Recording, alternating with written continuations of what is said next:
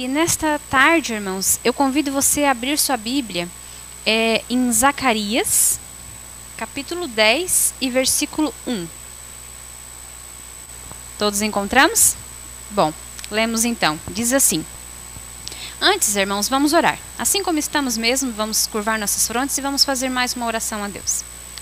Senhor Deus, aqui estamos, Pai, nessa tarde, porque cremos que o Senhor quer falar conosco.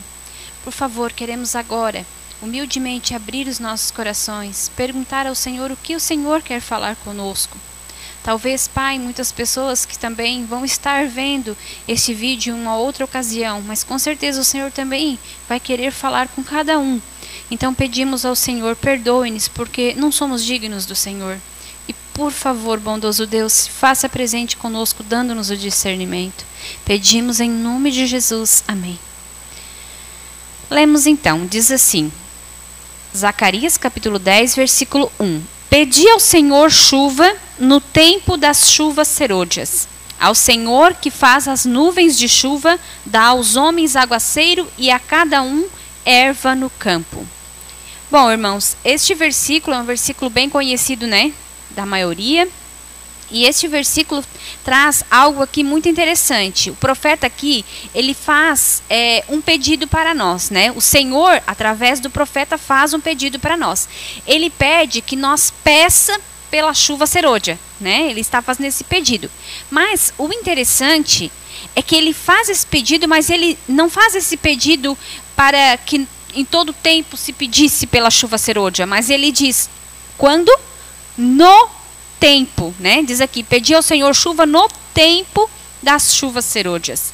Então, nós vimos que há um tempo para a chuva serôdia, né? Hoje, nós vamos estudar um pouco mais sobre isso. Mas é justamente por causa deste tema, né, que o Senhor, ele me deu um sonho. E eu vou estar relatando para os irmãos uma mensagem muito importante que o Senhor falou comigo e me pediu para que eu compartilhasse com os irmãos. Mas antes de eu contar o sonho e a sua interpretação, eu gostaria de rapidamente, de uma forma resumida, contar para os irmãos o meu testemunho. Eu sou adventista de sétimo dia, em média 9 anos, mais ou menos, mas eu não fui sempre adventista de sétimo dia, né? Eu nasci e me criei na igreja Assembleia. Eu era protestante, meus pais, meus irmãos, toda a minha família. Mas quando chegou na minha juventude, eu acabei me afastando, né? Até mesmo a luz que eu tinha, eu acabei abandonando. Mas eu tinha desejo de voltar, tinha desejo de me consertar. Então o tempo passou, eu conheci o meu esposo. E aí, quando nós começamos a namorar, eu fiz uma pergunta para ele, né? Eu perguntei para ele se ele tinha desejo algum dia de ser crente, de se entregar a Cristo, e falei alguma coisa da minha vida para ele. Só que ele falou para mim que sim, que ele também compartilhava deste desejo, só que ele falou que a igreja dele era uma outra igreja. Aí eu perguntei para ele, ele falou para mim assim, bom, eu mesmo nunca fui de igreja nenhuma, mas a minha família, os meus avós, alguns irmãos, são adventistas do sétimo dia. Bom, eu não entendi até então muito pouco, eu tinha ouvido falar da igreja adventista do sétimo dia. Eu fiz algumas perguntas para ele, básica, e perguntei se essa igreja acreditava em Deus Pai, Filho e Espírito Santo, se acreditava no batismo por imersão, e algumas perguntas assim, diante da luz que eu tinha, e ele me disse que sim, que cria. Eu pensei comigo assim, como eu disse para os irmãos, eu tinha muito pouca luz, muito pouco entendimento, mas no conhecimento que eu tinha, eu pensei, eu acho que não é necessário guardar o sábado, mas mal também não vai fazer, pelo menos é uma igreja que parece que é boa, tá bom. Eu tinha muito desejo de sair do mundo e me consertar com Deus. Então, continuamos o namoro, casamos, e passado mais algum tempo, fomos então nos consertar, para voltar, né, eu voltar para a igreja e ele estar indo para a igreja. Então ele me convidou, vim fazer uma visita na igreja adventista, gostei muito, os irmãos perguntaram se nós queríamos estudo, aceitamos, começamos a estudar. Quando estávamos, se eu não me engano, no 5º estudo, mais ou menos, nós que já estávamos nos preparando para ir para Portugal, fomos embora para Portugal nessa época. Minha mãe estava lá, meus irmãos, familiares, e nós fomos também. Os irmãos então deram para nós o estudo, para que a gente desse continuidade lá. E também nos orientaram para que a gente estivesse procurando a igreja, pedindo auxílio lá e tal. E nós fomos. Chegando lá, levamos também o CD do pastor Luiz Gonçalves. E ali nós estávamos empolgados. Mas quando nós chegamos lá, eu relatei o ocorrido para o meu irmão. E para minha mãe também, minha família que estava lá. Eu falei, a gente está estudando com a igreja adventista e a gente está gostando e temos a intenção de ir para esta igreja. Então, o meu irmão também não tinha muito conhecimento, levou o caso para o pastor dele, né, da Igreja Assembleia. O pastor, então, falou assim para ele, olha, irmão, é bem complicado esse caso, porque a igreja adventista está vivendo pelo tempo da lei e eles não vão se salvar, porque nós estamos no tempo da graça. E ali ele mandou alguns versículos, né, que estavam em Gálatas, em Romanos e outros, para mim, e sem o contexto, aparentemente, até parecia mesmo que estava falando isso, que a salvação era pela graça e que não estávamos no tempo da lei, algumas coisas assim. Não exatamente assim, mas parecia na minha mente que era assim, quando eu li ali juntamente com aquela informação que tinha vindo do pastor. E eu fiquei muito nervosa, muito preocupada e falei para o meu esposo que eu não iria mais, então, não iria mais vir para a igreja adventista. Ele, então, falou assim para mim, olha, mas é esta igreja que tem a verdade. Embora ele não tivesse todo o conhecimento, mas ele já conhecia um pouco. E eu falei, não, mas se não vai ter salvação, eu não quero ir para essa igreja. E aí ficamos assim, passou mais um tempo e nós combinamos assim, vamos fazer assim, eu vou para a minha igreja, tu vai para a tua. Se der certo, nós damos continuidade no nosso casamento, se não der, nós terminamos por aqui, porque eu quero muito me consertar com Deus e a tua igreja não vai ter salvação. E ficamos um pouco naquele embate, mas passados uns dias eu tomei uma decisão de que eu iria voltar para os caminhos do Senhor. Mesmo sozinha, mesmo individual, que eu iria voltar.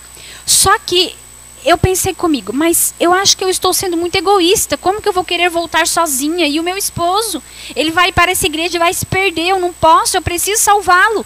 Então, antes de eu tomar a decisão de voltar literalmente, eu comecei a estudar a Bíblia secretamente, para mim. Para provar para ele de que ele estava errado. E que ele não iria se salvar nessa igreja. Bom, eu não fui ler lá no Velho Testamento, porque aí então, neste momento, eu comecei a pesquisar algumas coisas. E aí comecei a descobrir que algumas pessoas falavam que a igreja adventista do sétimo dia fazia uma lavagem cerebral e algumas outras coisas que comentavam. E eu pensei comigo, não vou permitir que ninguém me ensine mais nada, não vou ver nada, vou apenas na fonte que é a Bíblia e vou no Novo Testamento, aonde que está falando, então, supostamente, que a lei teria sido abolida. E comecei, irmãos, e até costumo brincar que se você quer convencer um protestante de que ainda a lei é vigente, de que está válida e de que é verdadeira, peça-o que estude o Novo Testamento, porque eu sei que tem maravilhosas passagens no Velho Testamento, mas no Novo Testamento tem muito mais, irmãos. E eu comecei a estudar texto e contexto agora daqueles versículos que o pastor tinha mandado para mim. E ao estudar eu não preciso relatar o resto, os irmãos estão vendo que eu estou aqui, né? Então, em vez de eu converter o meu esposo, a palavra me converteu. E eu vi que era eu que estava errada. A princípio, irmãos, eu não falei nada para ele. Tinha medo de lá na frente eu encontrar mais alguma passagem, mais alguma coisa. E aí eu não queria dar falsas esperanças para ele.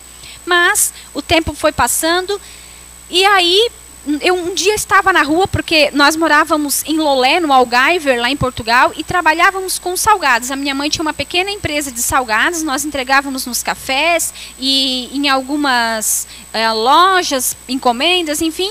Nós trabalhávamos ali e eu ia fazendo as entregas e um dia havia umas pessoas vestidas de branco na rua entregando livros.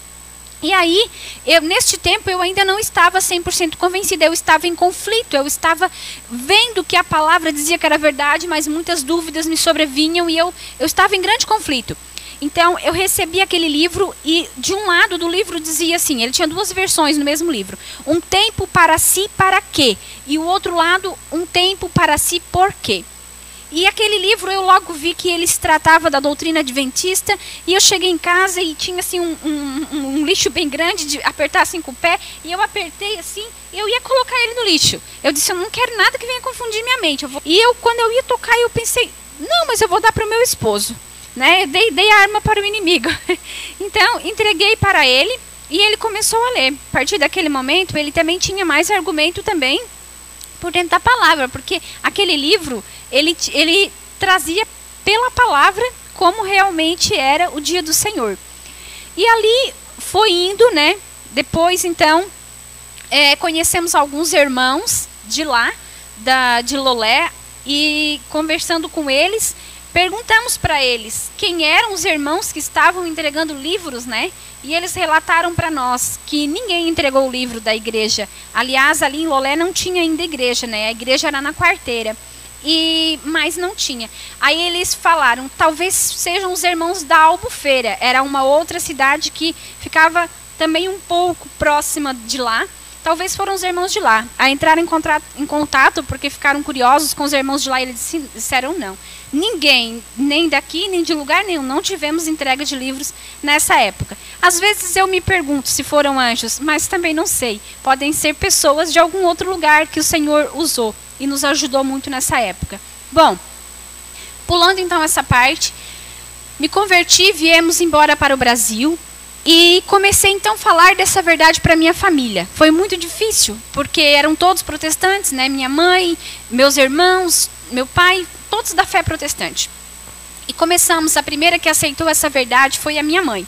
Aí o meu irmão ficou muito revoltado comigo e ficou muito bravo, porque eu estava levando a mãe, né, para uma igreja que, segundo a luz que ele tinha, não era certa, né? Então, mas graças a Deus a mãe desceu as águas e começamos então, inclusive o meu irmão até comprou um livro de teologia para tentar nos mostrar também, para nos salvar. E ali ele estudando a mesma coisa, né? Nós passávamos bastante tempo estudando textos e eu mostrava por dentro da Bíblia e ele se convenceu-se, né, pelo Espírito Santo. Ele, a esposa, o filho também desceram as águas. Antes disso também a minha cunhada. E assim foi, irmãos, que todos da minha família, todos os irmãos, meus pais, todos aceitaram esta verdade. Amém? Eu fiquei muito feliz. E aí começa a entrar, irmãos, a parte principal do testemunho que eu tenho para dar para os irmãos. Porque quando isso ocorreu na minha vida, eu fiquei muito empolgada. E eu pensei comigo, é muito fácil. É muito fácil falar da verdade, porque está escrito. E quando nós mostramos a palavra, não tem argumento contra. Não tem, porque está escrito. E nós moramos em Lagoa de Fora, Balneário Gaivota, né? Então, é conhecido por muitos como o berço do protestante. Existem muitas igrejas, né? Existem muitos membros da Igreja Assembleia e outras, e moramos no berço protestante. E eu conheço a maioria deles. Então, eu pensei comigo, agora vou entrar de casa em casa e vou levar esta mensagem. E comecei então a me preparar para isso, irmãos. Algumas pessoas, quando nós retornamos de Portugal e souberam que nós estávamos na igreja, atacávamos na rua. Lembro um dia em que a minha filha, que estava nessa época com 10 anos, a minha mais velha, né, que é a outra minha menor, e ela estava assim andando na rua e uma senhora parou ela e queria saber sobre a volta de Jesus. Porque ouviu falar que os adventistas criam de uma forma diferente. E eu ali tive uma oportunidade para ir até a casa dela. Fiquei muito feliz com essa oportunidade, estava muito empolgada e eu pensei comigo, vou levar essa verdade a todos os lares aonde me permitirem entrar. Aí eu pensei também, tem algumas pessoas, eu sabia que havia muito preconceito. Eu disse, tem algumas pessoas que não vão aceitar. Então eu vou fazer umas espécies de apostila. E desta forma eu sei como eles pensam, porque eu também estava lá. Eu sei que tem muitas pessoas sinceras e verdadeiras. E eu vou abordar o tema de uma forma como eu sei que eles pensam e como realmente é pela palavra. E as pessoas que não me permitirem entrar em suas casas, eu vou deixar a apostila. E aí eles vão poder ler. Mas quem me permitir, eu vou entrar. E comecei com uma chama no meu coração e muito empolgamento e muito feliz em me preparar para este momento. Então, quando acordava pelas manhãs, logo cedo, fazia minha comunhão, pegava ali caderno, caneta, a Bíblia, alguns materiais que eu tinha ali de estudo, e comecei então a me preparar para este material.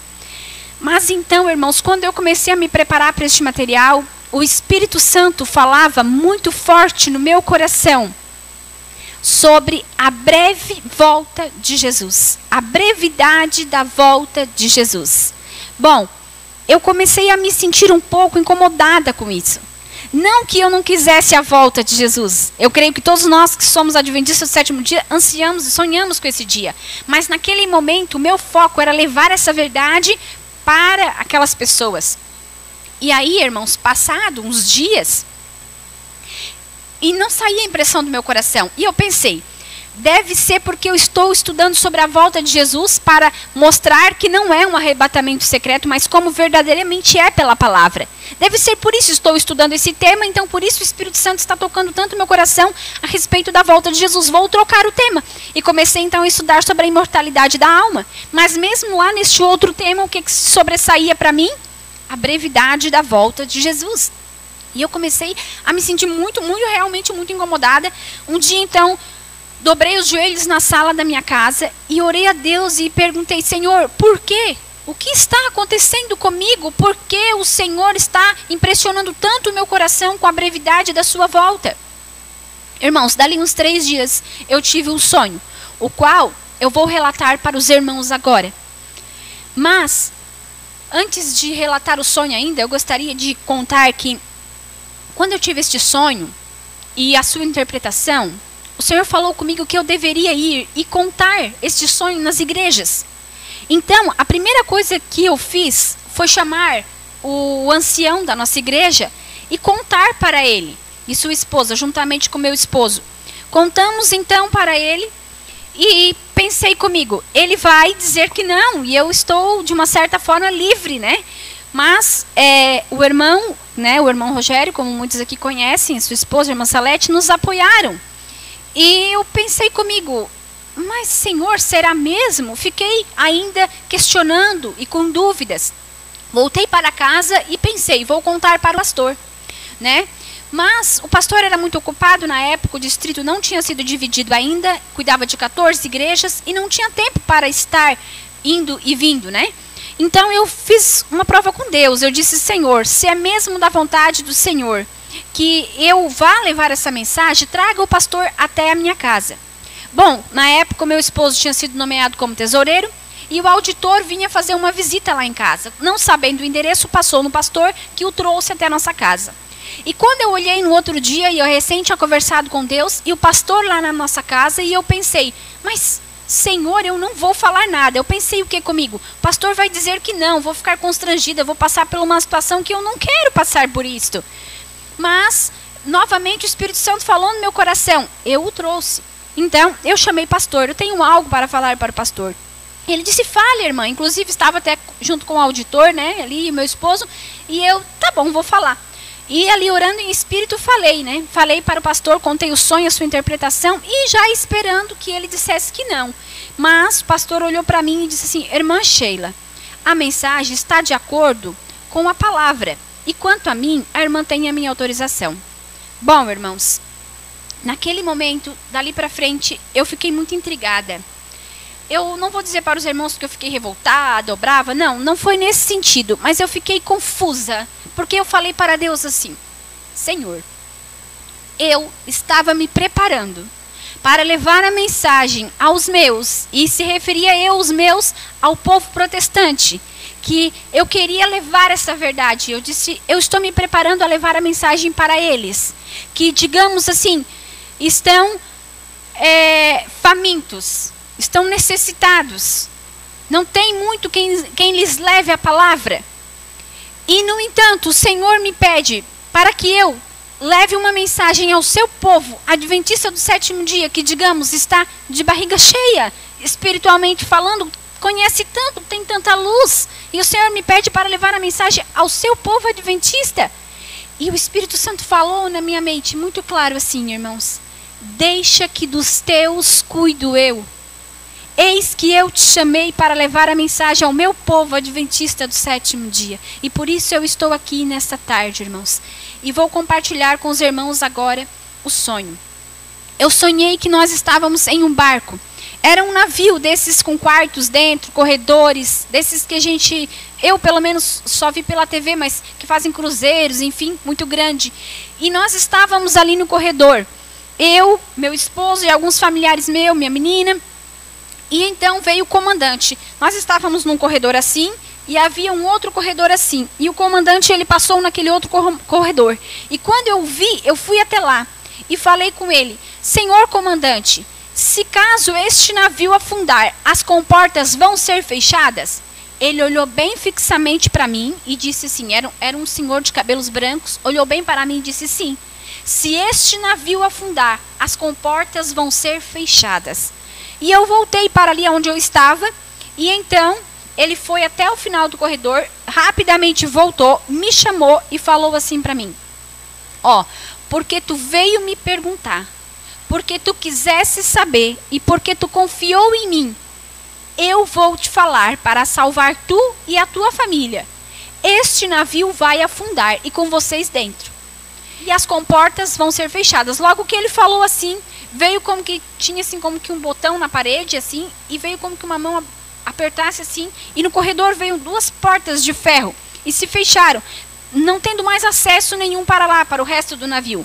Mas ficava uma trinquinha aberta embaixo, que a minha menina, que no sonho era bebê, ela passava por baixo e voltava, mas somente ela cabia, os outros não. E aquelas portas ali se fecharam de ferro. Então nós viramos para cá, para irmos e entrar no quarto que dava com a porta para o mar.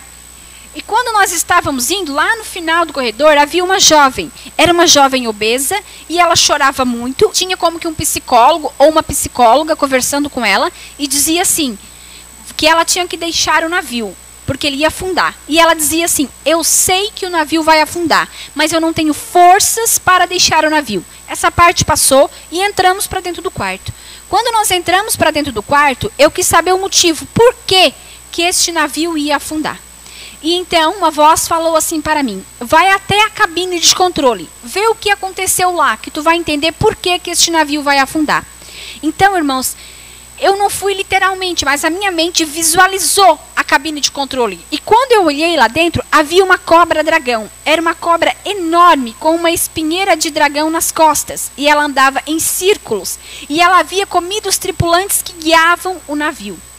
Bom, então a voz falou assim para mim, tá vendo? É por isso que o navio vai afundar, porque já é a cobra que está no comando. Bom, essa parte passou e eu falei assim, bom, mas e agora? O que vai acontecer conosco? Vamos morrer todos? Porque havia assim uma porta de vidro que dava para o mar. E eu disse, quando a água, porque o navio já está afundando, e quando a água vir nessa porta, a porta vai arrebentar e vamos morrer afogados, o que vai acontecer conosco? E a mesma voz falou assim, ó, o navio já está afundando, mas a hora que a água chegar no nível da porta de vocês, as portas vão se abrir. Quando as portas se abrirem, entrem para dentro da água para se salvar. E ficamos aguardando esse momento, logo chegou esse momento, as portas se abriram e nós íamos entrar para dentro da água. Quando nós olhamos, haviam muitos tubarões. E aí então, esses tubarões eram tubarões com a barriga branca, eram tubarões muito perigosos. E eu fiquei com muito medo. E eu disse assim, não entrem na água, por favor, porque há muitos tubarões. E ninguém entra, eu fiquei muito horrorizada. Então, a mesma voz falou, entre na água. Se ficar no navio, é certo que morre. A única chance é entrar na água. Então, irmãos, eu disse, espera que eu vou fazer uma oração. E eu orei assim, Senhor Deus, o Senhor que fechou a boca dos leões quando Daniel foi jogado na cova, fecha agora a boca desses tubarões. E quando eu orei assim, irmãos, me senti segura e disse, podemos entrar. E entramos e nada nos aconteceu e eu me acordei. Quando eu me acordei, irmãos, foi algo muito... Eu nunca tinha vivido nada assim, eu nunca tinha sonhado nada assim, era muito real. Era como se eu tivesse estado lá, era muito real. Então, eu fiquei assim, sentei na cama e comecei a conversar com Deus e perguntei, Senhor, o que quer dizer este sonho? O que significa? E então o Espírito Santo começou a me dar a interpretação. Irmãos, quando eu digo que o Espírito Santo começou a me dar a interpretação, eu não ouvi uma voz, não vi um vulto, não foi nada desse tipo. Mas eu comecei a ter uma linha de raciocínio e compreender coisas que eu não compreendia e sabia que vinha de Deus. E então, primeiro eu entendi, o navio é a terra que já está afundando. O comandante é Deus. Aí eu lembrei daquele dia que eu tinha dobrado os joelhos na minha sala e eu tinha perguntado para Deus se ele voltava no meu tempo. E aí eu lembrei, eu disse, o comandante é Deus. Ele disse, porque tu me perguntou, porque tu quisesse saber, porque tu confiou em mim. Aí eu lembrei, porque eu perguntei para Deus, por isso que ele me deu este sonho. Então, eu entendi que o comandante significava o Senhor. Neste momento eu questionei a Deus uma questão. Eu falei assim para Deus, mas Senhor, o comandante falou que era para avisar a mim e a minha família. E este sonho eu já observei que o Senhor está mostrando que algo muito sério está para acontecer. Mas o Senhor não trabalha desta forma. Como que algo muito sério está para acontecer e o Senhor vem avisar a mim e a minha família? Que individualidade é essa, né? Que favoritismo seria esse? O Senhor não trabalha assim. E eu questionei essa parte, então o Espírito Santo falou novamente no meu coração e me deu entendimento. Não é a sua família literal, mas a sua família espiritual a qual você pertence agora. E foi neste momento que eu entendi que eu deveria levar aquela mensagem às igrejas e deveria apresentar e alertar o seu povo. Bom, dando continuidade então. Aquelas portas que vieram e se fecharam é a mensagem principal para nós nessa tarde. Mas nós vamos pular e deixá-la para o final. Então, aquela cobra, né? Eu quis saber o porquê que o navio ia afundar. Então, eu visualizei aquela cobra que tinha uma espinheira de dragão nas costas. E eu pergunto para os irmãos, o que é a cobra? O que ela simboliza na Bíblia? Satanás, não é mesmo? E o dragão, porque ela tinha uma espinheira de dragão nas costas. O que significa na Bíblia o dragão? Satanás também. Então aquela cobra era símbolo de Satanás. E ali, a voz que falava comigo, eu sabia que era o Espírito Santo. E me dizia, né, que o navio já ia afundar, porque a cobra estava no comando, né? Antes de eu explicar sobre a cobra, eu vou explicar a jovem que estava no final do corredor. Eu quis saber de Deus, Senhor, quem era aquela jovem? E por que ela estava ali? E por que ela estava, por que me foi mostrado essa jovem com obesidade? Bom, o Senhor me disse que era os ex-adventistas, que essa jovem simbolizava os ex-adventistas. Eu fiquei muito intrigada e quis saber de Deus por quê. Mas por que, Senhor? Veio aquela linha de raciocínio do Espírito Santo e eu entendi aquela jovem é os ex-adventistas. E ao mesmo tempo eu perguntei para mim mesmo, mas por que, Senhor? Por que seria ela os ex-adventistas? E então o Senhor me deu uma compreensão que até então eu não tinha. Depois, indo pesquisar alguns dados, eu vi que realmente era assim mesmo, mas me deu uma compreensão de que a obesidade, ela é um quadro clínico, vamos dizer assim, que leva a muitas doenças, né? Nós ouvimos muito falar de problemas cardiovasculares, depressão, até mesmo câncer. Ouvimos muito falar de hipertensos, diabéticos, né? Inclusive agora nesse tempo de pandemia, muitos que são diabéticos têm ido a óbito. Então nós ouvimos falar dessas doenças, mas na verdade os estudos comprovam que a maioria dessas doenças são provocadas por pessoas que estão acima do peso e principalmente por obesidade. Então, o Senhor me deu a compreensão de que aquela jovem estava em um grande risco pelo fato dela estar obesa, mas um risco imperceptível. Ou seja, vou fazer uma comparação para que a gente possa ter uma compreensão um pouquinho mais profunda. Uma das doenças hoje muito temida é o câncer, certo? Porque muitas pessoas têm morrido, não têm conseguido, né, dar a volta por cima. Então, quando a pessoa ela descobre, ela é diagnosticada com câncer, o que ela faz, né? Pelo menos na maioria dos casos, ela busca todos os recursos, ela corre atrás, ela faz os tratamentos que está disponível, a sua família apoia, ajuda. E muitas pessoas têm vencido o câncer, não é verdade? Encontramos muitas pessoas que têm vencido o câncer por sua luta, sua perseverança, confiança no Senhor e têm vencido o câncer. Mas por quê? Porque houve uma preocupação, uma dedicada busca por uma cura. Mas, na contrapartida, muitas pessoas que são diagnosticadas com obesidade não têm esta grande preocupação. Então, é algo mais ou menos assim. A pessoa pensa, a hora que eu quiser, eu mudo os meus hábitos, a hora que eu quiser, eu procuro um profissional da saúde, a hora que eu quiser, eu procuro talvez um psicólogo, talvez, né, porque nem todos estão neste quadro simplesmente porque comem muito, mas tem algo por trás. Mas a pessoa, ela pensa, não é nada grave, eu posso controlar. Muitos pensam que é só uma questão de parar de comer, né, e não é. Então, o que acontece? Acontece, irmãos, que é algo silencioso, mas é grave. Esta é a situação dos ex-adventistas. Vamos colocar pessoas que estão lá no mundo, não conhecem nada da verdade. Então vai uns irmãos lá, dá estudo bíblico, convence-os de que a situação deles é errada, convence-os que pela palavra estão condenados à morte se não mudarem as suas atitudes, se não aceitarem Jesus como seu Salvador. Então vamos dizer que essas pessoas poderiam estar com câncer. Vamos colocá-las assim, só para nós fazer aqui uma metáfora. Porque se elas não lutarem, se elas não se batizarem, se elas não aceitarem Jesus como seu Salvador, a hora que Jesus voltar, ou até mesmo se partirem antes, vão estar o quê? Com a morte eterna como resultado, né? Seu final e da sua vida. Mas, na maioria dos casos, a pessoa, quando ela se conscientiza, quando ela entende que a situação dela é grave, na questão espiritual, o que ela faz? Ela aceita o Senhor como seu Salvador e ela se salva, né? E na contrapartida, um ex-adventista, ele pensa assim, eu estou bem, eu já conheço a verdade.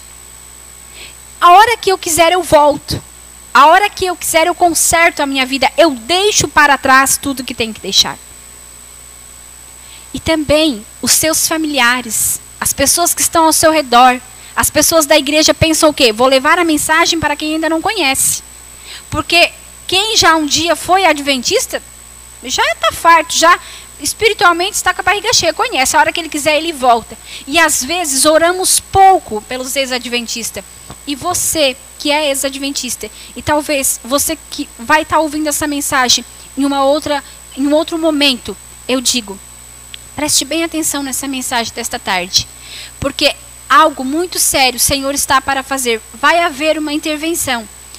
E os ex-adventistas estão no mesmo patamar dos adventistas. Mas muitos não estão percebendo.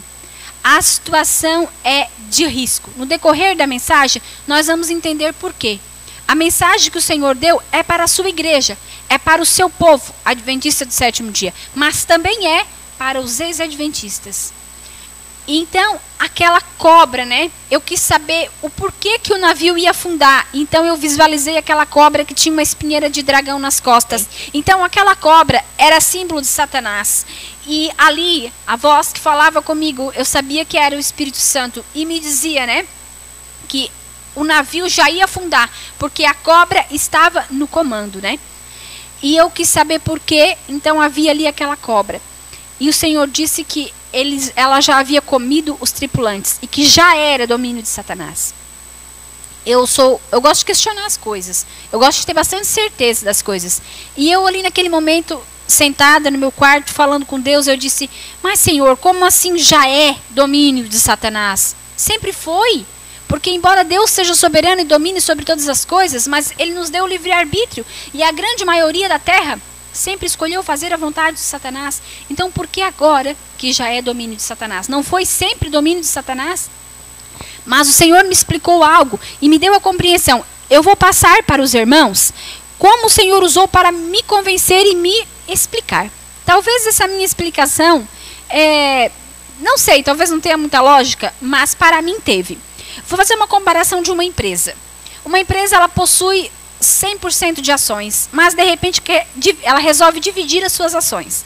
E um fica com 30%, outro fica com 10%, outro fica com 5%, outro fica com 1%, e assim dividem-se as ações. Mas o sócio majoritário possui 30%. E eu pergunto para vocês, já que todos os outros possuem menos, ele domina a empresa com 30% das ações?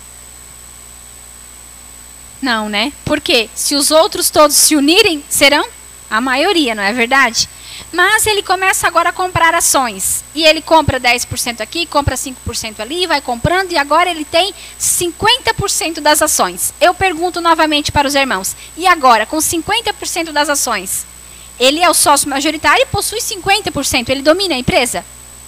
Ainda não, né? Porque se os outros se unirem, são igual. Então ele não tem domínio. Mas lembra que tinha um que tinha 1% das ações? Ele foi lá e comprou aquele 1%. E agora? Ele domina ou não domina a empresa com 50% mais 1?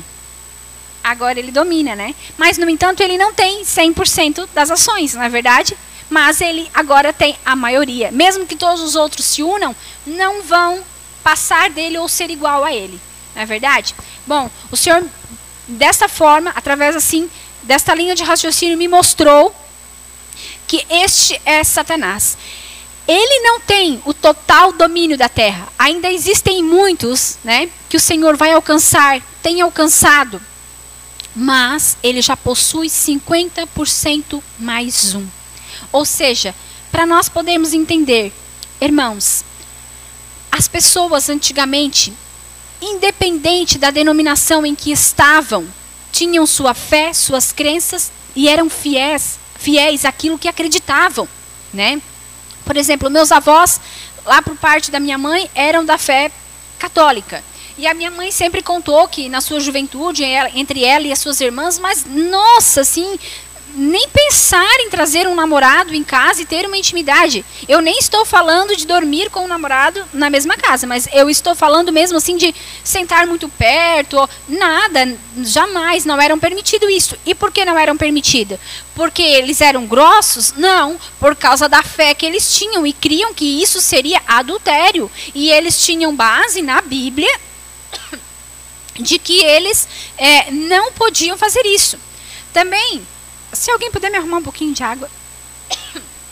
Também era relatado também que ao almoço, à janta, eles faziam orações, né? Rezavam, faziam orações pelo alimento, né? Também eu cresci no meio protestante e quando eu era pequena, nós não víamos novelas, não víamos filme. Era muito difícil nós conseguir ver algum filme, tinha que ser muito controlado, muito cuidado para saber se aquele filme nós podíamos ver ou não. As nossas vestes eram diferenciadas, né? Nós tirávamos mais tempo para a oração. Lembro-me quando eu era pequena e a minha mãe levava nós na vigília. Só que a vigília era um pouco diferente. Era a noite inteirinha orando.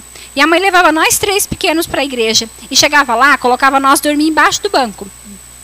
E era com muito trabalho, muita dedicação. Mas isso não era só minha mãe que fazia, era a maioria.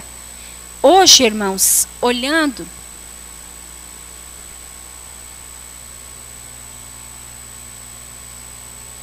Obrigada. Hoje, irmãos, olhando para a maioria das denominações, nós vimos o quê? Que continuam as pessoas professando a mesma fé, independente de qual denominação for, continuam as pessoas professando a mesma fé, mas hoje todos podem olhar o que quiser na televisão, o computador ou internet, veem novelas, vejam filmes, as vestes não tem mais diferença, não tem mais importância dos namorados virem e dormirem com as filhas mulheres em sua casa. Só estou citando alguns exemplos, teria muitos outros. O que eu estou querendo dizer com isto? O que eu estou querendo dizer, irmãos, é que, na verdade, a grande maioria sempre esteve do lado do inimigo, mas muitos inocentes. Mas na luz que tinham, eram fiéis. Hoje, não. Hoje ninguém mais está inocente. Pessoas que sabem, independente de qual é a sua denominação, sabem pela palavra que o adultério é pecado e estão permitindo, para não desapontarem seus filhos. Pessoas que estou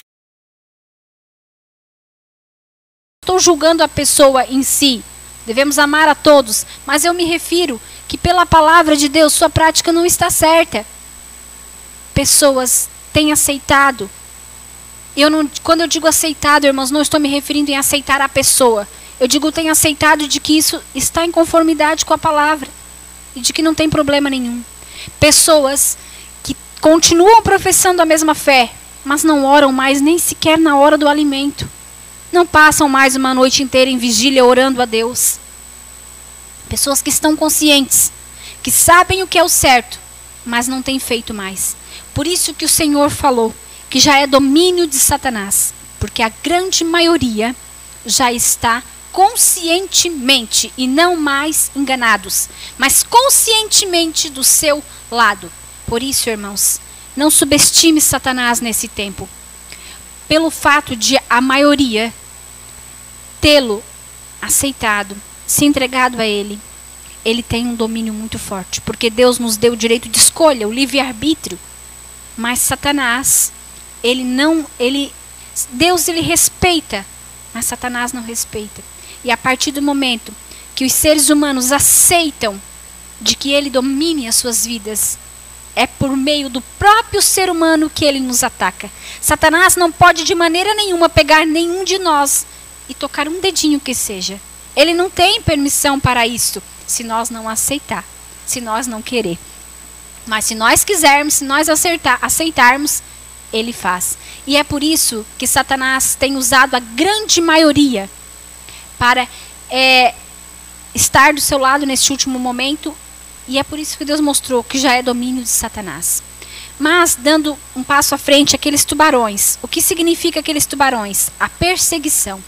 Perseguição, irmãos, dois tipos de perseguição. Perseguição literal, a qual em breve vamos passar, sim, está na palavra, é a profecia, está se cumprindo. A qual temos que nos preparar e preparar nossos filhos. Mas também a perseguição que já pode começar agora. Que perseguição seria essa, irmã? Veja bem, aqueles tubarões eram bravos e agressivos. Quando a porta se abrisse, seria o momento então de nós pularmos para dentro da água para nos salvar, certo? Eu questionei a Deus e eu disse, Senhor, se o navio simboliza a terra, e quando a porta se abrir, nós temos que sair de dentro do navio para fora, como assim? Vamos para onde? Não entendo. E o Senhor me explicou que não simbolizava a terra no sentido físico, mas no sentido de que a palavra de Deus disse, viveis no mundo, mas não sois do mundo. Então, a hora que a água chegasse no nível da nossa porta, as portas se abririam para que nós deixasse o mundo. É bem verdade que sempre tivemos que deixar o mundo, não somente agora, mas chega um momento, irmãos, que como nunca temos que deixar o mundo, porque senão vamos perecer com este navio que está afundando. Mas quando nós resolvemos deixar o mundo, irmãos, começa uma grande perseguição. Quando nós não vamos mais aonde o mundo vai. Quando nós não vimos mais o que o mundo vê. Quando nós não comemos mais o que o mundo come. Quando nós não vestimos mais o que o mundo veste. Quando nós não falamos como o mundo fala, não ouvimos o que o mundo ouve. Não há lugar no mundo para nós. E as pessoas nos rejeitam. Até mesmo amigos, familiares, parentes. Talvez até irmãos da fé. Nos rejeitam. Porque estamos tomando atitudes diferentes da deles. Atitudes o qual o Senhor nos pede para tomar, mas que não são aceitas pela maioria. Mas no sonho a voz dizia, e a voz era do Senhor, quem não sair do navio é certo que morre. Então eu pedi para fazer uma oração, e eu orei pedindo que Deus fechasse a boca daqueles tubarões. E me senti segura e entramos e nada nos aconteceu. Bom, nesta parte, irmãos, é muito interessante, porque o Senhor está falando para nós que não devemos temer. O Senhor estará conosco na hora da perseguição. Perseguição literal, e este tipo de perseguição, ainda que os teus parentes te rejeitem, ainda que lá no meio do teu trabalho as pessoas já não te aceitem tão igual, porque você diz que não vai, aquela festinha, aquela comemoração, talvez aquele encontro que você sente que não deve ir, talvez eles não te aceitem tão bem lá na faculdade, em qualquer um outro lugar. Ainda que haja rejeição, mas o Senhor promete que Ele estará do teu lado. Seja fiel ao Senhor. Muitos de nós vamos passar por muitas lutas. E talvez nós que estamos aqui, ou mesmo quem está nos ouvindo, vai passar por momentos que vai pensar, eu não vou aguentar, eu não vou conseguir. Seja agora, seja daqui a pouco, seja cada um na sua individualidade. Mas o Senhor promete que se nós formos fiéis e abandonarmos o pecado, o Senhor será conosco. Amém? Bom, como eu falei, a parte principal é a parte das comportas, né? O Senhor falou através desse sonho com muitos pontos, mas é interessante, irmãos, que essa parte eu falo que ela é principal porque ela traz um recado muito, muito importante para todos nós. Aqui, essas duas portas que vieram e se fecharam, as comportas, elas simbolizam a porta da graça, que dentro em breve estará se fechando para o povo adventista do sétimo dia, que tem luz e não quer viver a luz que tem. Veja bem, irmãos, não é para a igreja adventista. Não é a igreja adventista que Deus vai fechar a porta para ela. É para pessoas individuais. Pessoas que têm luz, mas não querem viver a luz que tem. Mas será isto possível? Porque o Senhor diz que dentro em breve a porta da graça estará para se fechar. Quando o Senhor me falou isto, eu pensei comigo, não, Senhor, porque só vai se fechar a porta da graça quando o Senhor levantar-se do Santo dos Santos. Mas, peço licença aos irmãos.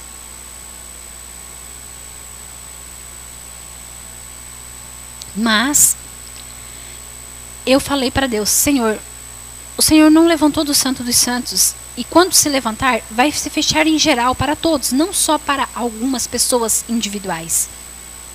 Mas nesse momento, o Senhor me chamou a atenção para a palavra de Deus.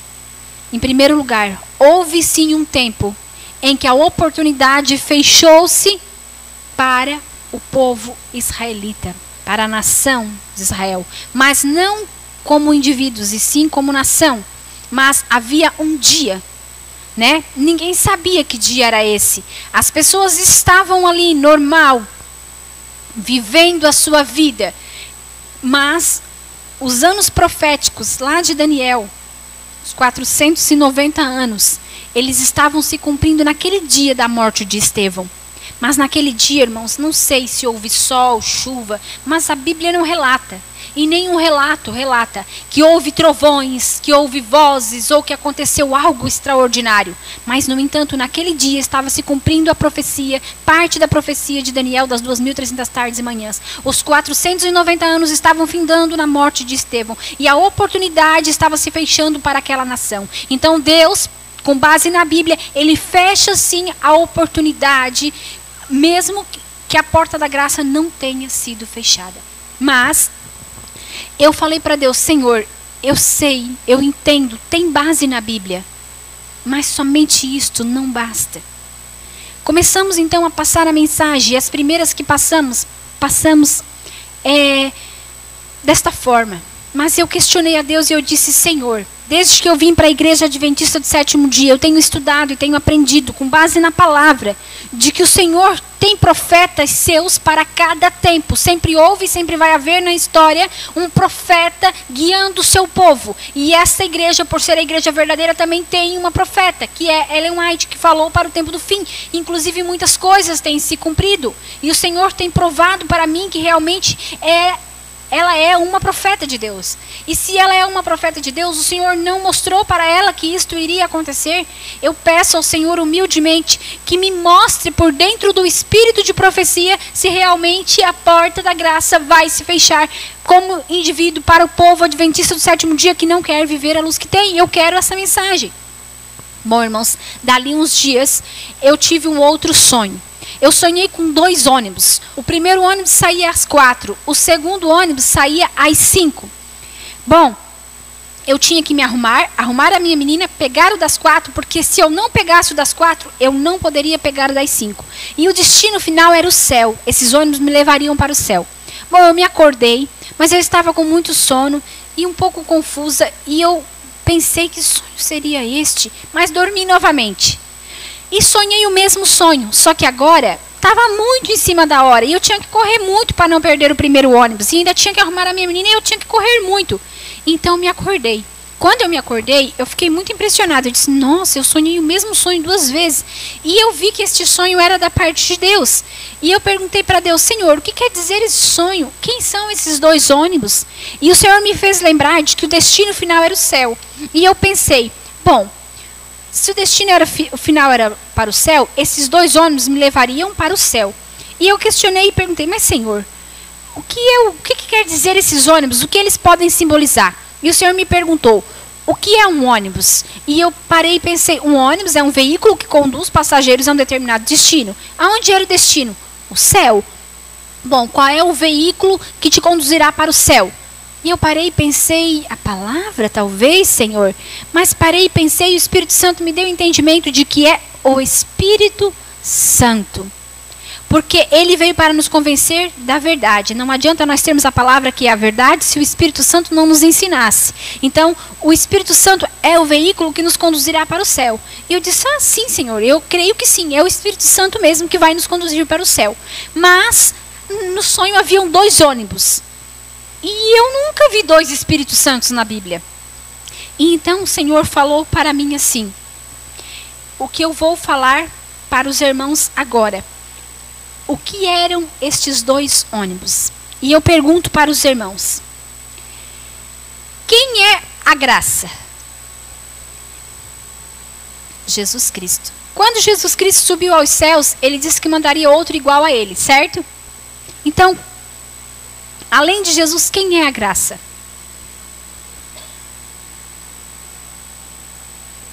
Jesus é a graça, o Espírito Santo é a graça.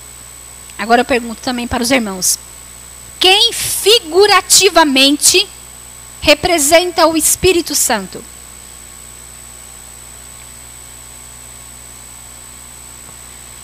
Bom, a gente poderia dizer que a pomba, né? Ali quando Jesus foi batizado, né? Mas, embora seja sim um símbolo ali do Espírito Santo, foi um símbolo naquele momento, mas figurativamente, o que nós temos como símbolo do Espírito Santo é chuva temporã e chuva serôdia. Elas representam o derramamento do Espírito Santo. E o Senhor falou para mim depois deste sonho, a mensagem de que a porta da graça vai se fechar dentro em breve e de que eu estou dando o último aviso para quem tem luz e não quer viver a luz que tem. Está dentro do espírito de profecia na mensagem da chuva temporã e chuva serôdia. No momento, irmãos, eu não entendia muito sobre isso. Começamos a procurar. A equipe que nós formamos para levar a mensagem começou a ajudar. E começamos então a encontrar a mensagem dentro do espírito de profecia. E eu gostaria de compartilhar com os irmãos agora. Primeiro eu vou abrir Testemunhos para Ministro, página 506 e página 507. Para primeiro nós confirmarmos se realmente eu posso comparar a chuva temporã e a chuva serôdia com a graça. Então nos diz assim, página 507 de Testemunhos para Ministro. Mas não se deve negligenciar a graça representada pela chuva temporã. Bom, aqui a serva do Senhor diz que não devemos negligenciar o quê? A graça representada pela chuva temporã. Então, a chuva temporã representa o quê? A graça. E aqui na página 506 nos diz assim, a chuva serôdia, amadurecendo a seara da terra, representa a graça espiritual, que prepara a igreja para a vinda do Filho do Homem. Então, a chuva serôdia também representa a graça. E quando o Senhor estava me dizendo ali no sonho, que a porta da graça iria se fechar, estava para o povo, né, que tem luz e não quer viver a luz que tem, estava se referindo a chuva temporã e chuva serôdia. Eu vou explicar um pouquinho do que é a chuva temporã e chuva serôdia, porque eu sei que tem muitas pessoas que não compreendem. Talvez aqui entre nós mesmos tenha pessoas que não compreendam. Bom, lá no passado, nos dias dos profetas do Senhor lá naquelas terras, haviam apenas 2 estações de chuvas. Era chamada de chuva temporã e chuva serôdia. Como que acontecia então?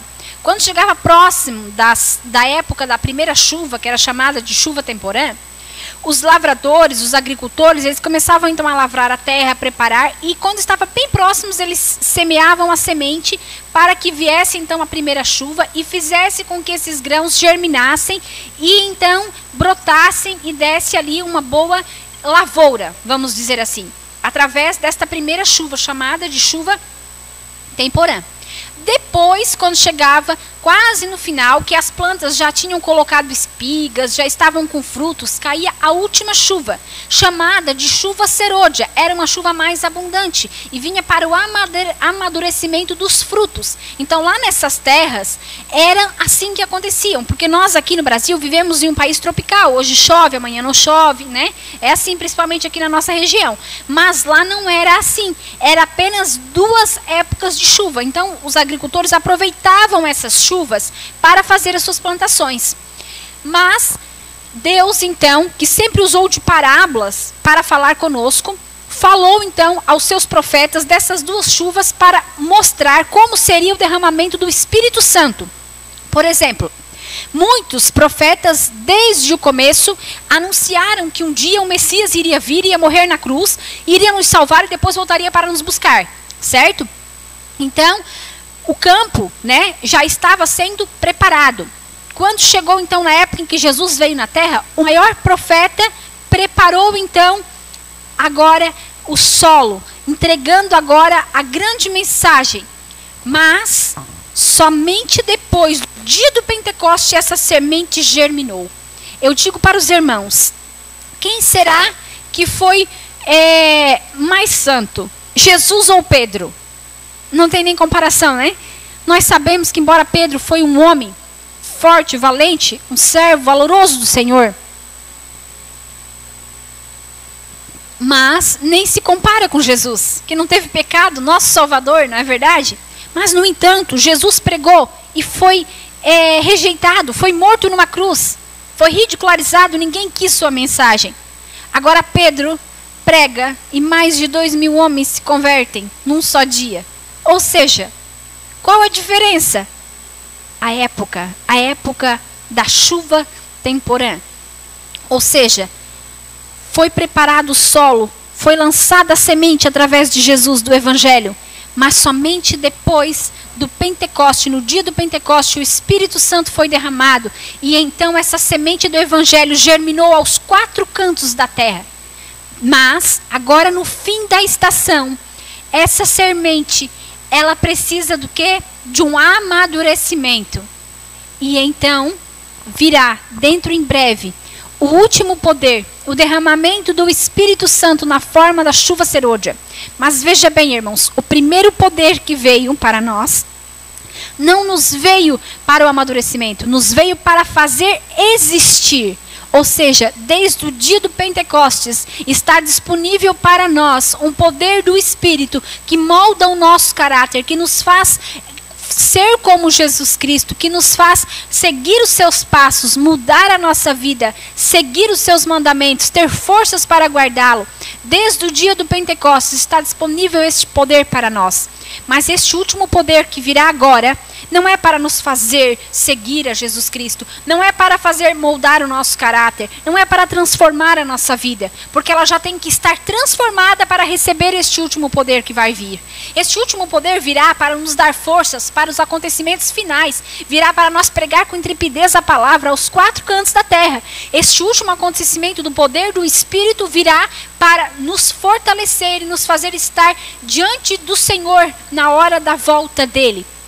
Este último acontecimento da chuva serôdia só vai ser pego por aqueles que pegaram o primeiro poder. Eu vou fazer 2 ilustrações. Dentro do meu conhecimento, eu sou mãe e lido com os meus filhos. E a gente, né, como bons pais que somos, ou pelo menos lutamos para ser, né, se somos pais conscientes, não gostamos de desperdício, não é verdade? Então, eu vou fazer uma comparação para vocês, que venha a minha filha e diga assim para mim: mãe, eu quero um pacote, eu quero biscoito, né? Vou fazer um exemplo aqui. E eu pego agora, então, assim, encho a mão e dou para ela. E ela sai comendo, só que ela come assim, só uns 2, e daqui a pouco eu olho, ela joga no chão, pisa em cima, brinca, dá pro cachorro, e nem se importou-se. Mas não passa nem 10 minutos e ela vem para mim de novo e diz assim: mãe, eu quero mais, me dá mais. E aí eu, como uma mãe sensata que sou, ou luto para ser, pego o resto do pacote e digo assim: vai, filhinha, vai brincar. Faria eu isso, irmãos? Faria você isso? Eu sei que não, né? Até absurdo fazer uma pergunta dessa, é óbvio que não. Custou dinheiro, nos custou caro para ganhar, né? É verdade? Nós não iríamos fazer isso. Então, será que o Senhor, Ele iria olhar para nós e iria dizer assim: bom, minha serva Sheila, já que você, desde que veio para a igreja, está aí disponível para você a porção do Espírito através da chuva temporã, a porção do Espírito que a Bíblia diz que não doa aos outros, mas doa a vocês, não doa ao mundo porque o mundo não o conhece, mas doa a vocês, está aí disponível, mas você não quer, você esbanja, você bota fora, você não ouve o que o Espírito está falando para você, você não anda na guia do Espírito, você tem botado fora. Mas já que você está agindo dessa forma, eu vou te dar mais poder. Faria, irmãos, o Senhor isso? Né? A gente vê que sem lógica. Se nós não aproveitarmos a porção do Espírito que está disponível para nós agora, que custou um alto preço, que custou a vida de Jesus na cruz, como poderia Ele mandar mais do seu poder para nós e mais do seu Espírito para nós? Eu ainda faço uma outra ilustração.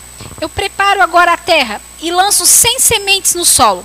Dessas 100 sementes, nascem 50, porque nem sempre nascem todas, não é assim? Quem lida com a agricultura sabe, nem sempre nascem todas. Então, nascem 50 sementes. Dessas 50 plantinhas que nasceram, nem todas também vão crescer e dar frutos, porque algumas secam por causa do sol muito forte, outras talvez por causa da geada. Resumindo, apenas 30 delas ficaram viçosas, bonitas e deram frutos, certo? Então, eu plantei uma lavoura, eu lancei 100 sementes e dessas 100 sementes vingou 30. E agora essas 30 elas estão bonitas e com frutos. E agora vai cair então a chuva para terminar o processo e amadurecer esses frutos. Eu pergunto para os irmãos, sobre quantos frutos, sobre quantas plantas a chuva vai cair? Mas eu plantei 100 sementes, por que vai cair só sobre 30? Porque só 30 nasceram, só 30 germinaram, só 30 deram frutos, certo? A semente do Evangelho é pregado para todos. Mas somente a chuva serôdia vai cair naqueles que nasceram e passaram a existir.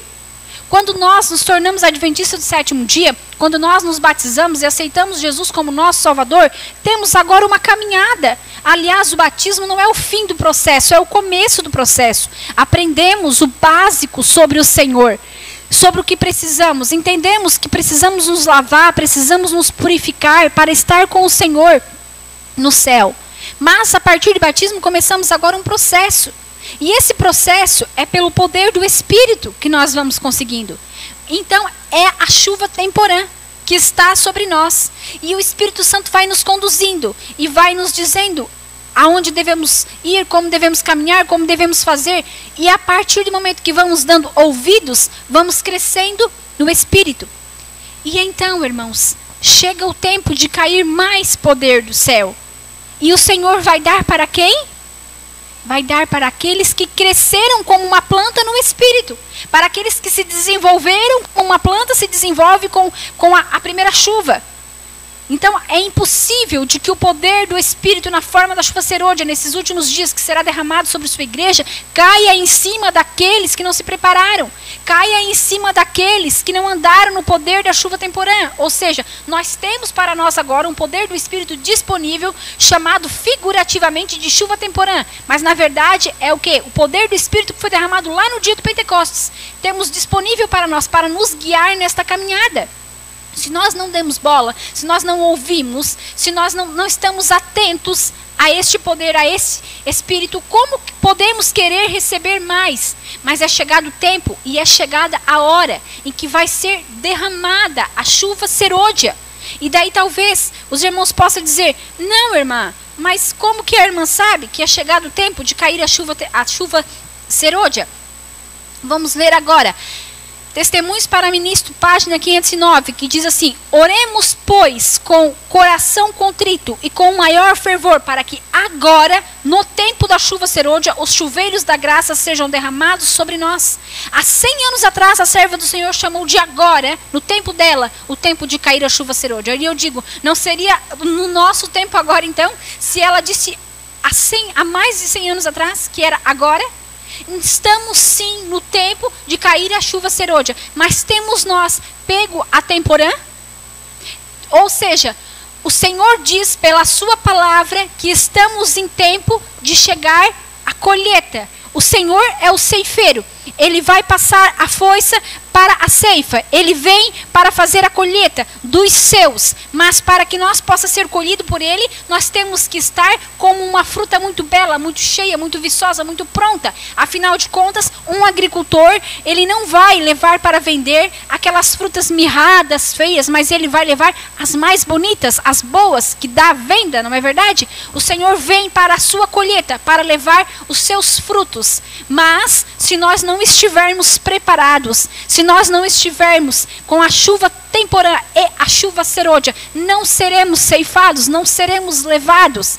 Aí talvez nós possamos pensar, bom, mas se a chuva serôdia não caiu ainda, eu ainda tenho tempo, né? A hora que ela cair, certamente vai ser perceptível, porque no dia do Pentecoste, quando caiu o Pentecoste, foi perceptível, houve um grande poder, houve um barulho, né? E todo mundo percebeu que era o poder do Espírito. Então agora, novamente, quando eu ver esse movimento, quando eu ver esse poder, então eu corro e pego.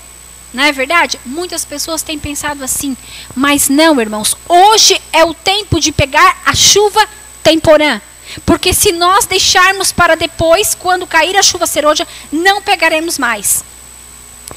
Por isso, irmãos, que eu comentei que os ex-adventistas estão em grande perigo, mas um perigo imperceptível, porque nós estamos em tempo de cair a chuva serôdia, e o momento em que o Senhor derramar mais do seu Espírito sobre os seus servos, para a última obra que será feita na face da terra, todos os que não estiverem aqui, caminhando no Espírito, não o pegarão. É algo muito grave, irmãos. Corramos a buscar os nossos irmãos. E você, que está me ouvindo, se for um ex-adventista, corra para pegar a chuva temporã, para estar nos caminhos do Senhor, que ainda é tempo. Porque dentro em breve a oportunidade vai estar se fechando para quem tem luz e não quer viver a luz que tem. Para quem tem o Espírito Santo disponível, mas não quer dar ouvidos ao Espírito. Para quem tem o Espírito Santo guiando, mas não quer ser guiado para o Espírito. O Senhor não vai dizer, ok, meu servo, você esbanjou e eu vou te dar mais. Não, a oportunidade vai fechar. Mas será que eu estou falando isso de mim? Ou isso tem base no Espírito de profecia? Nós vamos ler. Primeiro nós vamos ler Primeiros Escritos, um livro bem conhecido de todos, que eu creio que a maioria tem em casa. Nós vamos ler na página 71. Diz assim, Primeiros Escritos, página 71.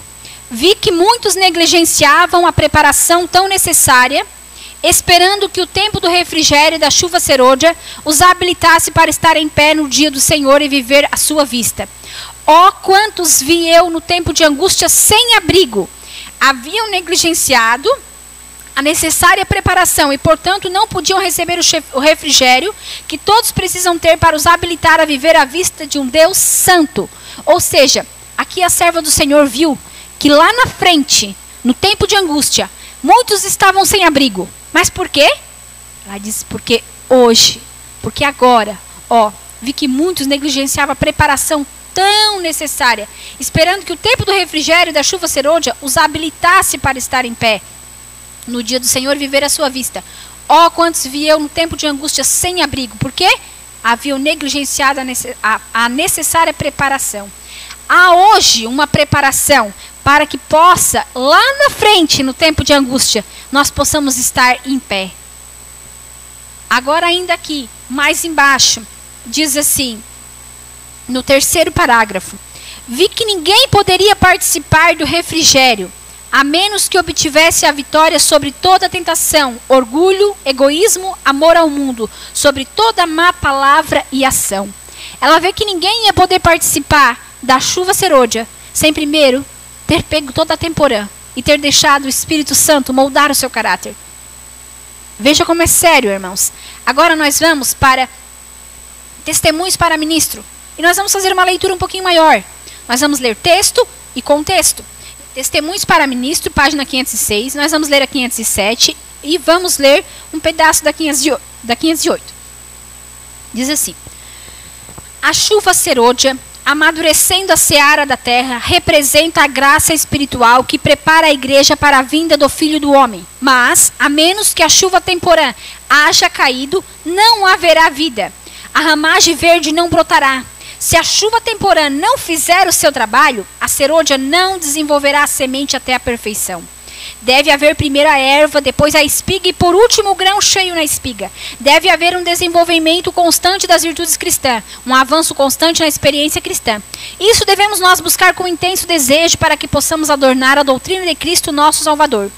Muitos têm em grande medida deixado de receber a chuva temporã. Não têm obtido todos os benefícios que Deus assim para eles tem provido. Esperam que as falhas sejam supridas pela chuva serôdia. Quando a maior abundância da graça estiver para ser ortogada, esperam poder abrir o coração para recebê-la. Estão cometendo um erro terrível. O trabalho que Deus começou no coração humano mediante sua luz e conhecimento deve estar continuamente avançando. Cada indivíduo deve estar cônscio da sua própria necessidade. Deve o coração ser esvaziado de toda mancha, purificado para a habitação do Espírito. Foi pela confissão, pelo abandono do pecado, por meio de fervorosa oração e entrega pessoal a Deus, que os discípulos se prepararam para o derramamento do Espírito Santo no dia do Pentecoste. O mesmo trabalho, apenas em grau mais elevado, deve ser feito agora. Mas não se deve negligenciar a graça representada pela chuva temporã. Só os que estiverem vivendo de acordo com a luz que têm recebido poderão receber maior luz. A não ser que nos estejamos desenvolvendo diariamente na exemplificação das ativas virtudes cristãs, não reconheceremos as manifestações do Espírito Santo na chuva serôdia. Pode ser que ela esteja sendo derramada nos corações ao nosso redor, mas nós não a discerniremos e não a receberemos. Em nenhum ponto de nossas experiências podemos nos dispensar a existência daquilo que nos habilita a fazer justamente o começo. As bênçãos recebidas sob a chuva temporã são-nos necessárias até o fim. No entanto, só isso não nos basta. Embora acariciemos as bênçãos da primeira chuva, não devemos, de outro lado, perder de vista o fato de que, sem a chuva serôdia para encher a espiga e amadurecer o grão, a colheita não estará pronta para a ceifa. E o trabalho do semeador terá sido em vão. Necessita-se da graça divina no começo, da graça divina em cada passo de avanço. Só a graça divina pode completar a obra. Não há lugar para nós descansarmos em descuidada atitude. Nunca devemos esquecer as advertências de Cristo. Vigiai em oração. Vigiai, pois, em todo o tempo orando. Olha agora, irmãos, que forte. A ligação a cada momento com o agente divino é essencial no nosso progresso. Podemos ter tido uma medida do Espírito de Deus, mas, tanto pela oração como pela fé, devemos buscar continuamente mais do Espírito. Nunca dá resultado cessarmos os nossos esforços. Olha agora, se não progredirmos, se não nos colocarmos em uma atitude em que tanto possamos receber a chuva temporã como a serôdia, perderemos a nossa alma e a responsabilidade jazerá à nossa porta. É algo muito sério, irmãos. O Senhor está para derramar do seu poder, do seu Espírito na sua igreja, para a grande obra final que será feita nesses últimos dias. Mas ele diz, se vocês não pegarem a primeira porção que já está disponível, não pegarão a segunda. E eu estou para derramar. O Senhor falou para mim quando me deu este sonho. Muito pouco eu entendi, irmãos. Talvez você possa dizer, irmã, isso não é nada novo. Isso está aí no Espírito de Profecia há tantos anos. Isso eu já ouvi falar tantas vezes. Eu já sei que é assim. Talvez você possa dizer isso. Mas quando o Senhor falou para mim, irmãos, muito pouco eu entendi ou nada deste assunto. E eu entendi que algo muito importante e muito sério estava para acontecer. E o Senhor me pediu que eu fosse e avisasse o seu povo de que essa intervenção será feita dentro da sua igreja. Talvez você já saiba há muito tempo disso, mas o Senhor quer relembrar no seu coração que é chegado o tempo, irmãos, de o Senhor derramar a sua chuva serôdia. Quem fala isso é Deus através da sua igreja. A cada ano nós temos nos 10 dias de oração ali um exemplo do preparamento que os discípulos fizeram para no dia do Pentecostes receber o Espírito Santo. Afinal, eles estavam lá, reunidos, colocando suas diferenças em dia. E então, eles receberam o poder do Espírito. Novamente, a igreja tem feito para nós este ensaio. E a cada ano, escolhemos um tema que é escolhido por Deus pela sua igreja.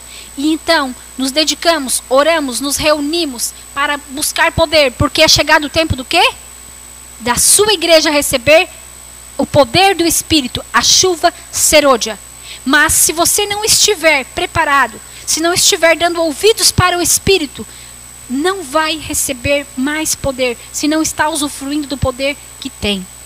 Vamos buscar os ex-adventistas, vamos falar isso para eles. Se você é um ex-adventista que está ouvindo, preste atenção. Dentro em breve a oportunidade vai fechar para quem conhece e não quer viver a luz que tem. Vamos nos preparar, é chegado o momento. Este é o recado que eu entrego em nome de Jesus. Amém.